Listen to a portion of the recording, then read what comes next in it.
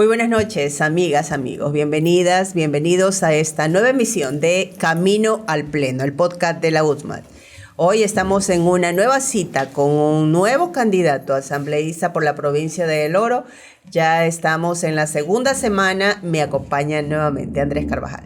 ¿Qué tal, Karina? ¿Cómo le va? Buenas noches a toda la comunidad universitaria que nos sigue a través del canal de YouTube de WeMedia. Justamente hoy seguimos en este recorrido conociendo las propuestas de quienes aspiran llegar a la Asamblea Nacional en representación de la provincia de El Oro. Son 5 escaños los que elegiremos el próximo 9 de febrero. Así que prestar mucha atención de qué es lo que proponen, y en este caso muchísimas gracias a Víctor Bravo Encalada, candidato asambleísta provincial por el movimiento Amigo Lista 16. Bienvenido. Qué gusto, Andrés, qué gusto, Karina, poder compartir este espacio con ustedes. Primero, felicitar a la UTMACH. Creo que este es el ejercicio democrático que debe abanderar la academia, porque permite que sus estudiantes, permite que la ciudadanía pueda conocer los planes de trabajo de todos los candidatos, y realmente esto es lo que necesitamos en la provincia. Una ciudadanía informada, que no vote, sino que elige, estimada Karina.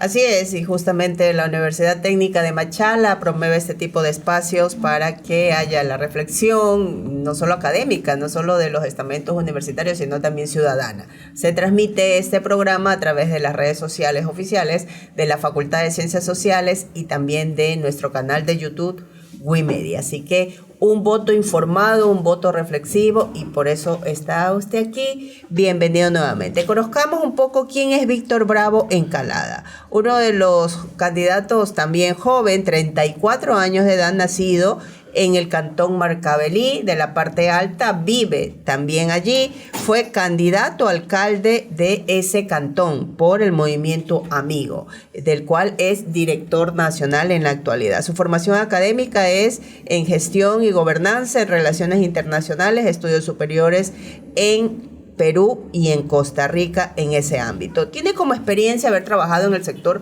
privado y también en el sector público. Ha sido asesor en la Presidencia de la República, en la Secretaría de Comunicación y en la Asamblea Nacional del Ecuador, y también ha sido coordinador zonal en la zona 7 justamente de la Secretaría Nacional de Educación, Ciencia y Tecnología, CENESID. Así que está como en casa aquí en la vida universitaria.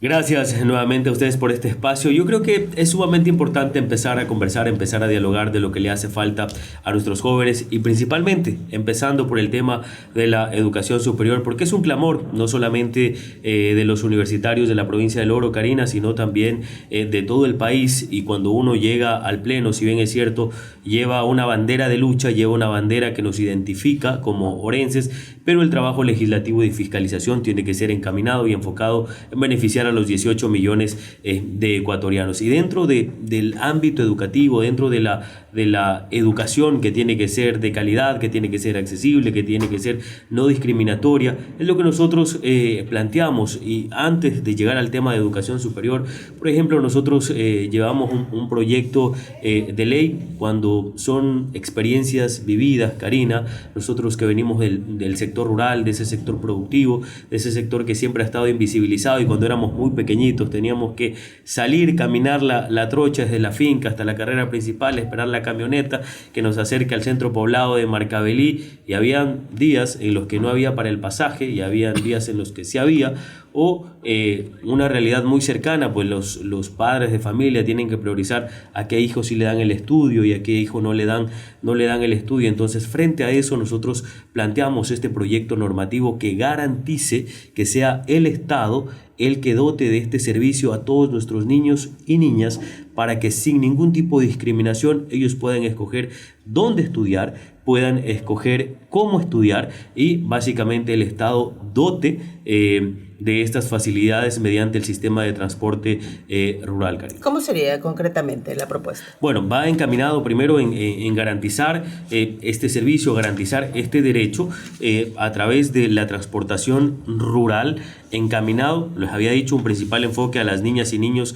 de los sectores más alejados de la provincia de El Oro y de todo el país. Reitero, los proyectos normativos van encaminados en trabajar por todos los ecuatorianos y este enfoque, primero, que va a dinamizar la economía local, porque no es que va a venir un gran monopolio que va a acaparar todo o que va a captar todos los contratos, sino son los pequeños transportistas que van a poder organizarse a través de taxis, a través de furgonetas, para poder dotar de este servicio a las niñas y niños, y que las madres de familia, obviamente jefas de hogar, madres solteras, ahora sí estén en la obligación de enviar a sus hijos a estudiar, y por supuesto que haya este acompañamiento del Estado y se garantice, porque si usted educa al niño, si usted les entrega estas facilidades, les entrega estas oportunidades, créame que está atacando al núcleo más básico desde donde se originan los problemas, porque si miramos hacia el futuro, si usted no genera oportunidades, no garantiza educación, vamos a tener mayores índices delincuenciales. O sea, básicamente sería como crear un subsidio para las cooperativas de transporte en estas zonas de la ruralidad. Más que un subsidio, es un mandato a través de ley que va a obligar precisamente a que el Ministerio de Educación, a través de sus diferentes circuitos distritales, deba contratar la dotación de este servicio a los centros educativos. A mí, lo digo con todo el respeto, sí me parece un poco indignante, excluyente, que usted va a las 4:30, 5 de la tarde fuera de los ministerios, fuera de las plataformas financieras en Quito, y encuentra las furgonetas esperando a los burócratas que muchas veces ganan sobre los $1,000, y que es pagado, lo digo así sinceramente, es pagado con el dinero del Estado, y hay gente que le parece injusto que a nuestros niños más pequeñitos le financiemos el transporte escolar, que tiene que ser gratuito y accesible. Candidato, pero esa propuesta que usted plantea, ¿cómo se canaliza si es que en el país reina la inseguridad? Pueden ser víctimas de asaltos, de robos durante el trayecto. ¿En seguridad qué plantea? Su plan habla de mejorar la justicia. El código debe actualizarse para asegurar que todos tengan acceso a un proceso judicial justo y eficiente. Y también habla de apertura a reformas. Apoyaremos las reformas en curso que busquen mejorar el sistema judicial y facilitar la resolución de conflictos. Bueno, aquí en el tema de seguridad, que es un tema que nos preocupa a todos, realmente aquí hay que decirlo, hoy ocupamos la provincia del Oro. El primer lugar no es exportación de banano, no es exportación de camarón, sino el primer lugar en extorsiones. Son cifras y son datos de los cuales nosotros no podemos sentirnos orgullosos. Y frente a eso nosotros tenemos obviamente que empezar a trabajar. Lo hemos dicho, el principal problema se origina, ya sabemos dónde se origina el problema, que es en el núcleo más básico de la sociedad, que es la familia. Si les damos acompañamiento a nuestros jóvenes, les generamos oportunidades. Bien, aquí hay que ser claros y transparentes. Nadie nace queriendo ser delincuente, queriendo ser asesino, queriendo ser sicario.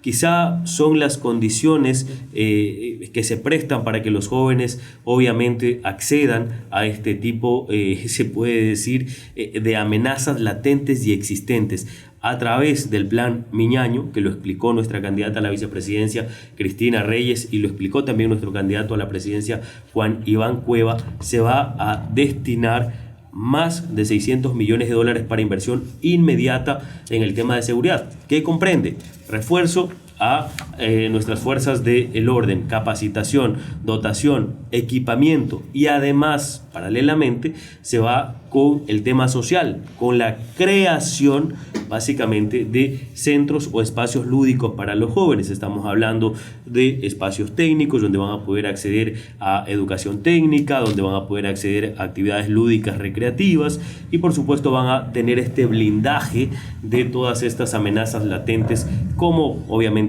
narcotráfico, microtráfico, sicariato, siendo ellos presa fácil de captar por estos grupos de crimen organizado. Entonces hacia ello nosotros apuntalamos. Más allá del castigo, esto tiene que ser preventivo. Ya sabemos que estamos, perdón la expresión, o sea que estamos hundidos en la ola de inseguridad, pero hay que empezar a prevenir. Y lo otro, también está el tema del endurecimiento de penas. Nosotros lo habíamos dicho, hay que realizar las reformas urgentes al Código Orgánico Integral Penal Para evitar este tipo de beneficios, nosotros queremos replicar ejercicios muy similares a lo que pasa, por ejemplo, en Costa Rica con las penas acumuladas. Ya algunos otros candidatos también abanderan estos temas, básicamente porque hay gente que mató, asesinó, violó, robó, con algunos agravantes dentro de estos procesos judiciales, y resulta que cumplió paralelamente los 14 años de sus 6-7 delitos que cometió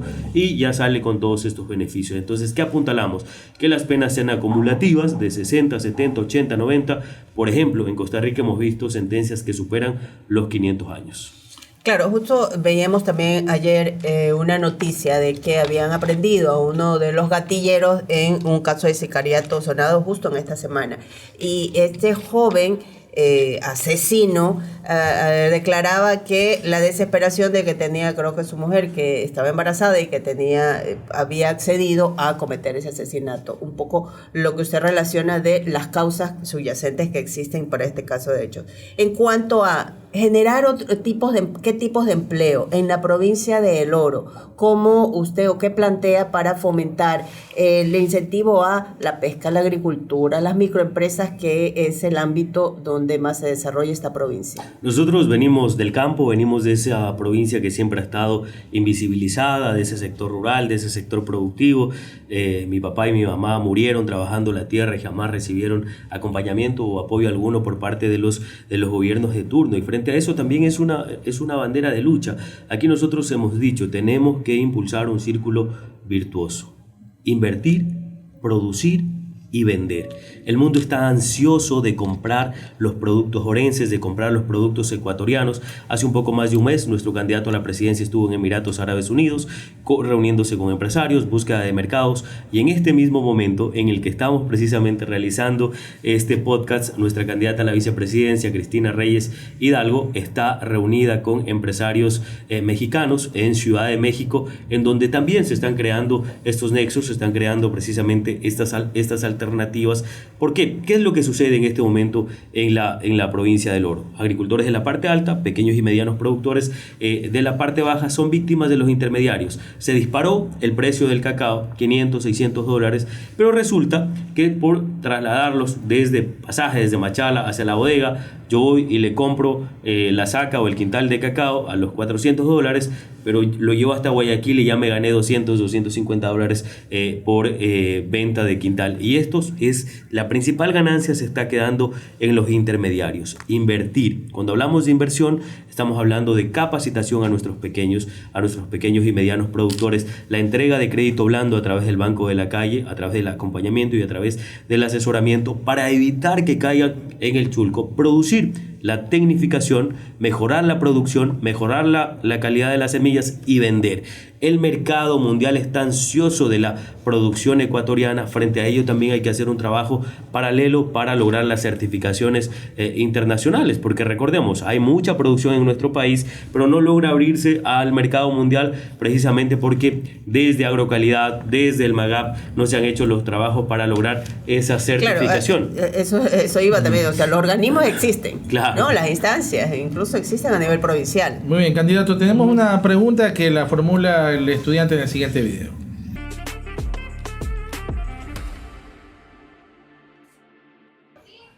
Señor candidato, ¿con qué propuestas podría abordar el problema de la violencia armada y el tráfico de drogas en nuestras comunidades?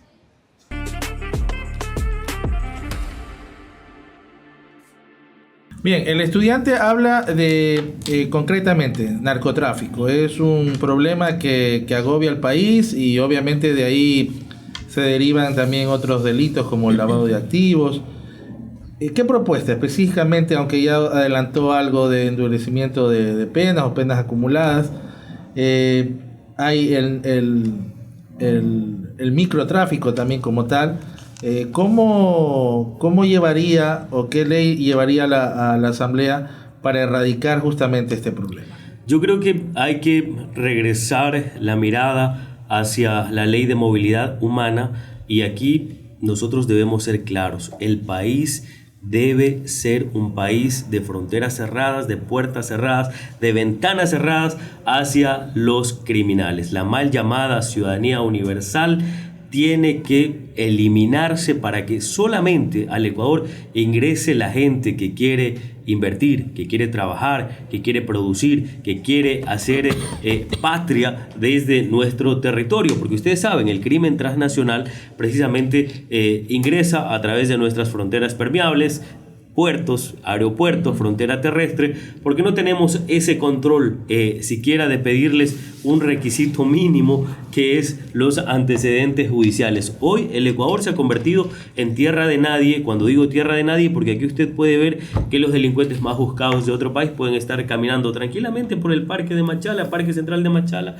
y no pasa nada porque ingresó como perro por su casa, porque la ley así lo permite, porque no le piden los requisitos, porque no hay un trabajo de migración que permita cuidar quiénes son los que ingresan a nuestro país. Hacia esas reformas es lo que nosotros tenemos que apuntalar para empezar a mitigar, porque, a ver, el crimen transnacional o el crimen organizado, si bien es cierto, tiene sus tentáculos en otros países y que empieza a operar en territorio nacional. Candidato, ya entrando a educación superior como segundo eje, usted fue coordinador zonal 7 de CENESID, que corresponde a las provincias de Loro, Loja y Zamora. Hablábamos antes de iniciar el podcast de que justamente aquí en la universidad funcionó la oficina del Instituto del Desarrollo de Talento Humano. ¿Qué piensa esto de la zonificación y sobre todo de que los orenses nos hemos vivido quejando de que hay que viajar a Loja para hacer trámites en determinadas dependencias? ¿Por qué no se descentraliza aquellas áreas, sobre todo donde los orenses pues tenemos acción directa? Me quise traer la zonal y casi me linchan en lo... Yo creo que esa fue una propuesta que yo siempre tuve, y no solamente en el tema de educación superior, Andrés y Karina, sino en diferentes aspectos. Está el tema del MAGAP, está el tema de ambiente, está el tema de salud, educación. Entonces, todo esta visión que quizá termina poniéndonos en desventaja a la provincia del Oro. A ver, aquí vamos a ser muy concretos en el tema. El Oro está aportando en este instante superior al 5% del PIB al erario nacional. Sin embargo, lo que nos regresa es muy poco. Nos condicionan a realizar la tramitología en Loja, a estar superditados por coordinadores zonales de Loja que muchas veces conocen poco o nada de la realidad de nuestra provincia.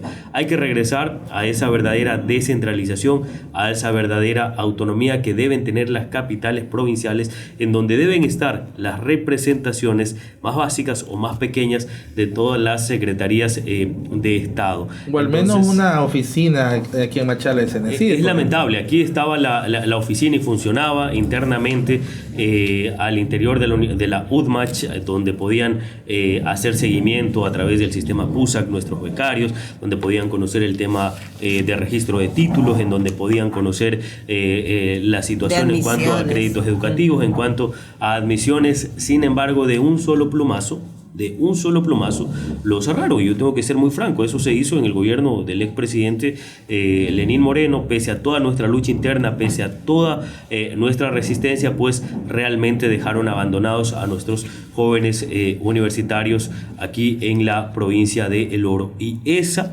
también es una garantía. Nosotros vamos a llegar y vamos precisamente a pelear por la educación superior. Vamos a hacer que se respete el presupuesto. El presupuesto universitario tiene que ir increciendo, tiene que ir incrementándose, no puede ir en decremento como está pasando en la mayoría de centros educativos. Yo también tengo una propuesta, ¿no? Y lo hemos hablado, creo que previo a este podcast, yo para medir el terreno, ¿no? Era la creación de una nueva universidad. Entonces, y ustedes me decían, sí, hace falta aquí en la provincia del Oro, pero para visualizar una nueva universidad hay una cuestión clara. O sea, la UDMACH debe estar en perfectas condiciones, debe tener el presupuesto que sin que nos requiere. quiten presupuesto. Exactamente, ¿no? O sea, porque no se trata de que tenemos para el Oro 40 millones y vamos a hacer otra universidad y le mochamos 20. No, eso Andrés y Karina no puede ser así. Yo creo que si viene otra casa de estudios como la que nosotros tenemos pensado en la frontera, que se llame exclusivamente Universidad de la Frontera, enfocada en comercio exterior, relaciones internacionales, internacionales, el tema de cooperación para la paz. Y una universidad binacional. Una universidad binacional financiada desde la comunidad andina, financiada desde los dos gobiernos. Nuestra candidata al Parlamento andino, Teresa Velázquez, estuvimos recorriendo junto a ella todo el cordón fronterizo. Es una propuesta que ha sido muy bien recibida por la gente de Arenillas, por la gente de Huaquillas, por la gente de la parte alta y Juventud Machaleña, porque el tema de aperturar nuevos espacios o nuevos centros de estudio, precisamente sin descuidar la que ya existe, esto va a generar oportunidades incluso para ustedes como académicos. ¿Quién quita que usted termine siendo la decana de una nueva facultad, o quién quita que Andrés termine siendo parte del cuerpo de docentes? Entonces, hacia eso nosotros apuntalamos básicamente, que se amplíen este tipo de espacios, pero sin descuidar los que ya existen. Yo hacía una explicación. Yo confío muchísimo en las extensiones y de hecho felicito el trabajo que está haciendo la UDMACH. Sé que tienen una extensión en Arenillas, la de Piñas. Entonces esto amplía la cobertura. Sin embargo, están limitadas las extensiones a la autonomía administrativa y financiera. O sea, una extensión es una ampliación, pero sigue funcionando con el mismo presupuesto. Sé que la universidad está haciendo un esfuerzo enorme. Hay que pelear por el incremento del presupuesto para la UDMACH y que pelear también por la creación de la Universidad de la Frontera. Bien, vamos a escuchar la siguiente pregunta que la hace el estudiante a través del video.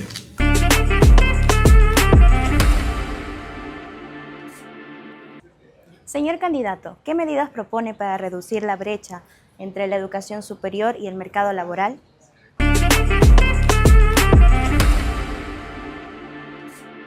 Bien, candidato, el estudiante plantea o le pregunta qué propuesta llevaría usted para reducir esa brecha que existe entre el número de graduados versus mercado laboral, ¿no? Muchos graduados se les dificulta encontrar trabajo a corto plazo. Sin embargo, pues, ¿cuál sería una ley que viabilice que el graduado prácticamente, inclusive antes de graduarse, ya pueda contar con una plaza laboral? Conecta Futuro. Lo mismo que pasa con las carreras de medicina tiene que suceder en todas las carreras. ¿A qué hago referencia con Conecta Futuro? Primero, la ampliación de todos los cupos universitarios. Segundo, conectarles con un futuro de empleo, con un futuro de estabilidad a nuestros jóvenes a través de un programa de pasantías que deben ser pagadas por el Estado ecuatoriano sin depender de cualquiera que sea su formación. Y me refiero al tema de carreras humanas, al tema de carreras técnicas, al tema de carreras en ciencias de la vida, por ejemplo, el tema de salud que sucede ya en este momento, el que llamamos el año del internado, el año de la rural. Puede suceder, por ejemplo, lo mismo a través, haciendo aquí el que veo a estos jóvenes estudiantes de comunicación, pueden hacer sus prácticas o sus pasantías pagas en los medios públicos, en las instituciones públicas, a través de las direcciones de comunicación. Tiene el Estado la capacidad para invertir, para, por supuesto, preparar a nuestros jóvenes para ese futuro, para conectar con ese futuro productivo. Yo siempre digo, la práctica hace al maestro. Aquí también es ese llamado de corresponsabilidad por parte de la academia, porque todos tenemos que abanderar esta lucha. E insisto, sí es un poco desigual, porque el tema del internado, el tema de la rural en las áreas de medicina terminan siendo pasantías pagadas, y debería existir esto con todas las carreras universitarias. Y con el sector privado, por ejemplo, quizás brindarles incentivos tributarios para cuando acojan profesionales recién graduados. Por supuesto, a través del empleo joven, que va a permitir que nuestros jóvenes accedan. Y aquí viene una cuestión, ¿no? Viene a mi memoria, como dicen por ahí, en el debate presidencial, nuestro candidato a la presidencia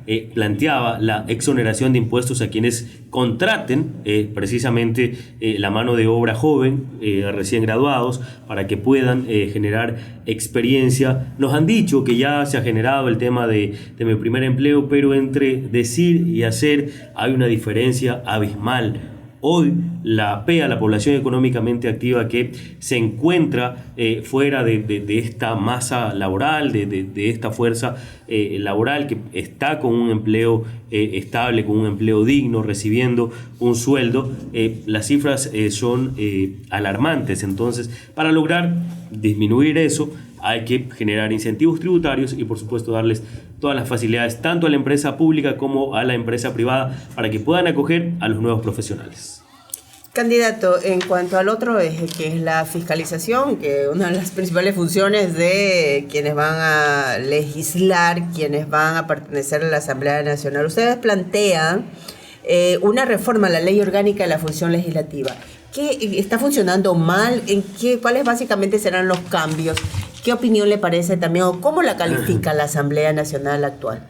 Una de las funciones que componen el Estado, de las 5 que componen el Estado, peor evaluadas por la ciudadanía, es la Asamblea. Y usted, Andrés y Karina, de decir, bueno, pues es la peor institución, ¿por qué quieren ir a la Asamblea? Precisamente para hacer ese cambio que requiere la gente y esta reforma a la Ley Orgánica de la Función Legislativa. Somos el único parlamento en el mundo, Andrés y Karina, que les da 5 opciones a los legisladores al momento de tomar una postura: a favor, en contra, abstención, blanco, y los más pilas se ausentan. Debemos replicar modelos como los parlamentos europeos. Un ejemplo muy cercano, lo que sucede con la Asamblea Legislativa de Costa Rica. Tienen 2 opciones: a favor o en contra, sí o no. Porque el país, la ciudadanía, necesita saber quién está a favor y quién no está a favor. Porque nosotros, quién está a favor y quién está en contra, perdón. Porque nosotros nos hemos dado cuenta que hay muchos que se abstienen. Cuando hay abstenciones, precisamente evitan que se aprueben leyes, evitan destitución de ministros, evitan juicios políticos. Dicen, no, yo no voté ni a favor ni en contra, yo me abstuve. Con eso se lavan las manos, o yo me ausenté, o yo voté en blanco, o yo principalicé a mi alterno. Entonces, ese tipo de situaciones se tienen que ir cambiando dentro de la reforma a la Ley Orgánica de la Función Legislativa. Y por supuesto también está el planteamiento a la durabilidad o el periodo un solo año de quienes estén al frente de las 15 comisiones permanentes en este momento, y del Consejo de Administración Legislativo, que es el CAL, las 2 vicepresidencias, el presidente y las 4 vocalías. Porque al estar un año calendario, esto permite que exista esa rotación democrática, porque muchas veces, si hay un presidente, secuestra las 15 comisiones y ese es su punto de negociación. Yo te doy la presidencia de tal comisión, o te mantengo en la presidencia de tal comisión, pero tienes que apoyar esto, tienes que actuar así, tienes que decir esto. Entonces, yo creo que el legislador tiene que deberse única y exclusivamente a la provincia que lo eligió, al país que lo eligió. Con esta propuesta, entonces, se precautelaría esto. Precisamente la siguiente pregunta que la formula el estudiante habla sobre eso.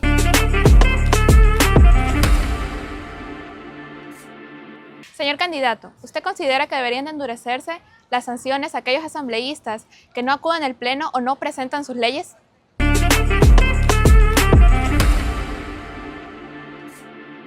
Bien, el estudiante toca 2 temas importantes y usted que habla de una posible reforma a la Ley Orgánica de la Función Legislativa. ¿Se debe sancionar a aquellos asambleístas que no acuden a los plenos, a las reuniones, a las sesiones? Porque hemos visto que algunos superan el 80% de ausencia en las sesiones del pleno. Y también se debe sancionar a aquellos asambleístas que no presentan ni siquiera un proyecto de ley.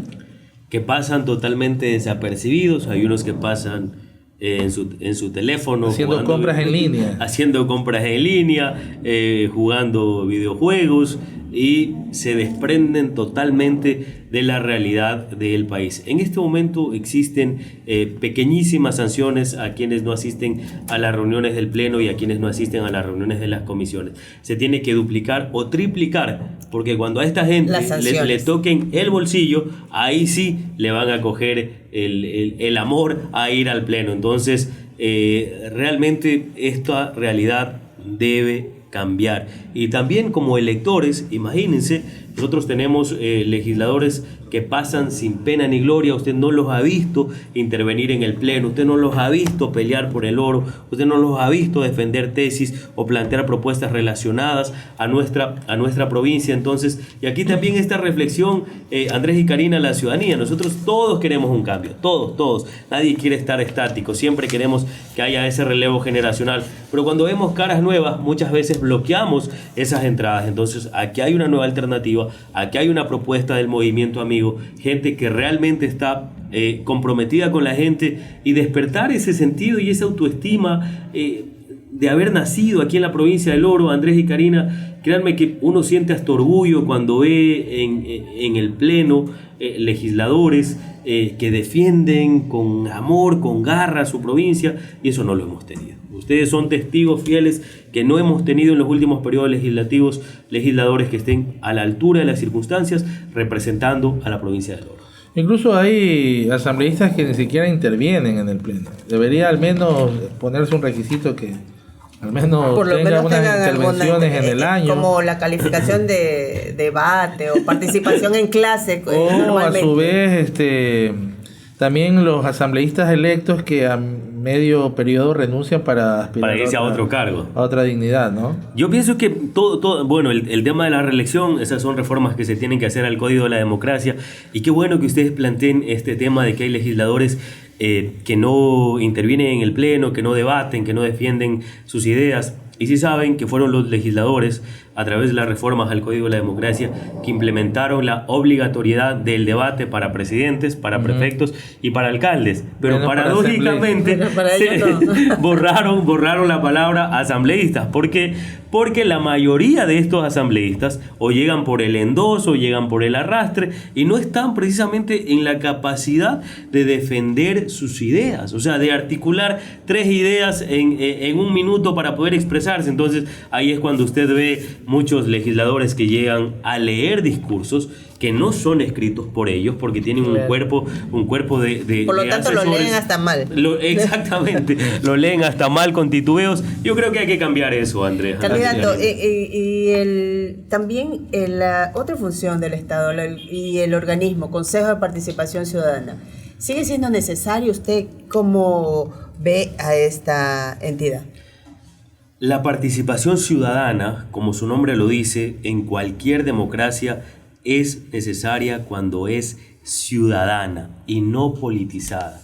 Desde que se tomaron ciertas tendencias, ciertas fuerzas políticas, el Consejo de Participación Ciudadana, en este momento ustedes ven una pugna interna que se está viviendo. Ahí está la politización de los organismos ciudadanos.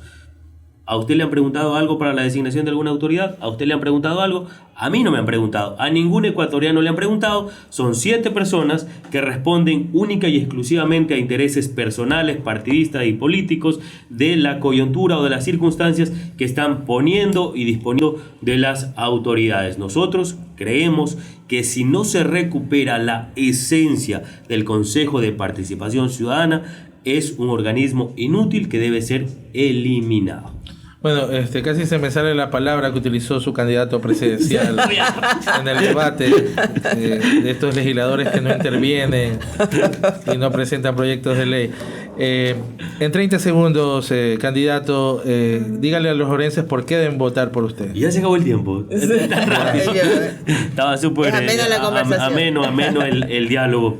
Bueno, lo invitamos nuevamente. Gracias por esa apertura. Queridos orenses, queridas orenses, tenemos una oportunidad histórica de cambiar la realidad de nuestra provincia. Yo me siento orgulloso de haber nacido.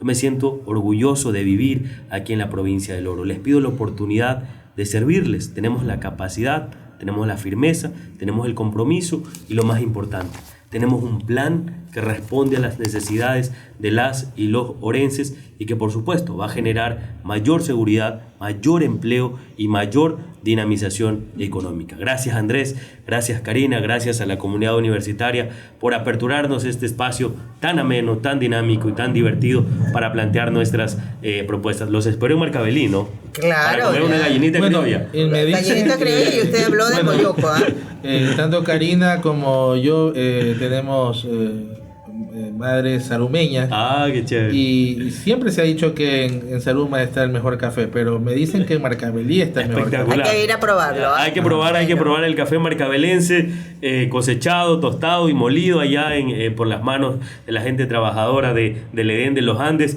acompañado con un buen moyoquito, un buen moyoco. Usted ya dijo hace un momento que sabía hacer moyoco. Pero nos vamos acá todo el equipo. Oiga, todo pero el somos equipo, como todo el 20, equipo, todo el equipo y vamos a la chorrera, muchachos. Están invitados los jóvenes Invitación universitarios. aceptada, así que hay que hacer ahí un tour académico para poder hacer unas tomas y unas entrevistas por allá. Aventureros vamos Para a que nos grabar allá. justifiquen la salida y les dé permiso acá al profesor Andrés, ¿no?